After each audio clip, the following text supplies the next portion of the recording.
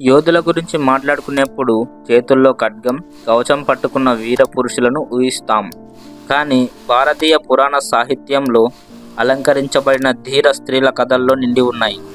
దేవతల నుంచి మానవ రాణుల వరకు స్త్రీలు అన్యాయానికి వ్యతిరేకంగా నిలిచి సాహసానికి, అన్యాయాన్ని ఎదిరించడానికి లింగభేదం లేదని నిరూపించారు. ఈరోజు ఈ ధైర్యవంతమైన స్త్రీ యోధుల ఆశ్చర్యకరమైన కథలను మనం అన్వేషించబోతున్నాం. So dear channel content supporters, వీడియోని పూర్తిగా చూసి నచ్చితే లైక్ కొట్టి మీ ఒపీనియన్ని కామెంట్ పెట్టండి.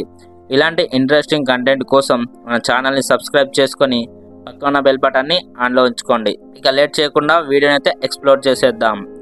Hi friends, welcome back to our channel ఓజివాల్. This is Ganesh. దుర్గాదేవి స్త్రీ యోధుల్లో మొదటి దేవత.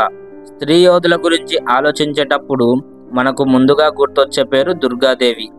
శక్తి స్వరూపిణి అయిన ఆమె దేవతలచే వరాలుగా అందుకున్న ఆయుధాలతో మహిషాసురుని ఓడించారు. ఆమె విజయం చెడుపై మంచిని జయించడం మాత్రమే కాదు, ప్రతి స్త్రీలో దాగి ఉన్న శక్తిని కూడా గుర్తు చేస్తుంది. దుర్గాదేవి కథ యోధుడి శక్తి శౌర్యంలోనే కాదు, ధీరత్వంలోనూ ఉందని మనకు గుర్తు చేస్తుంది. ఆమె రూపంలో 10 చేతులు, ప్రతి స్త్రీ అన్ని వైపులా వచ్చే సమస్యలను అధిగమించగల సత్తా కలిగి ఉందని సూచిస్తాయి. ద్రౌపది న్యాయం కోసం పోరాడిన మౌన యోధురాలు. పాండవుల మహారాణి అయిన ద్రౌపది కూడా ఓ గొప్ప యోధురాలే. ఆమె ఆయుధాలతో యుద్ధం చేయలేకపోయినా అన్యాయానికి వ్యతిరేకంగా నిలిచిన ధైర్యం మహాభారత కథనాన్ని మలిచింది. ఆమె శక్తివంతమైన మాటలు, న్యాయం పట్ల నిరాకరణ పాండవులను వారి గౌరవం మరియు రాజ్యం తిరిగి పొందేలా చేశాయి.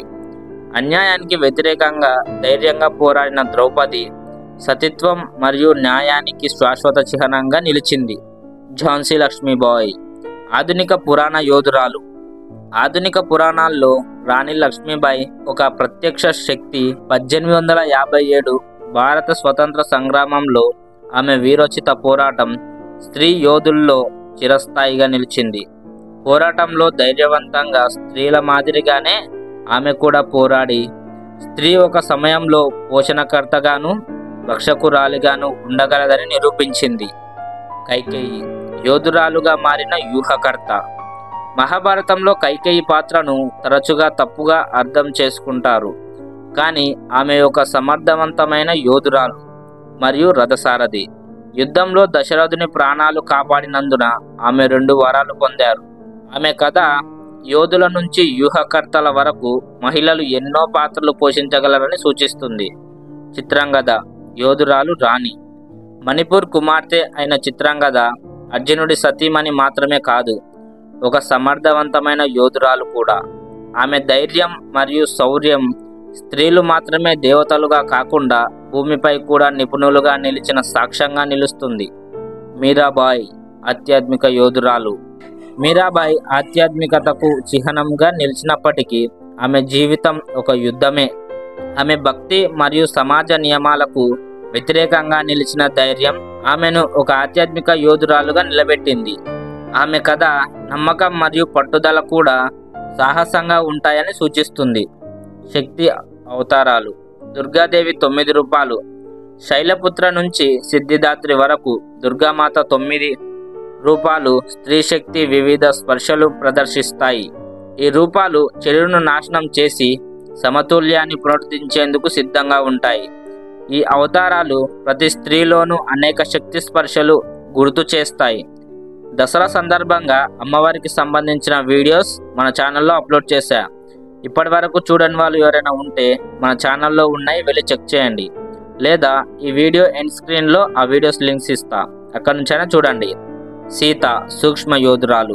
సీత త్యాగానికి మరియు సహనానికి ప్రతీకగా నిలిచినప్పటికీ ఆమె ఒక సూక్ష్మ యోధురాలు.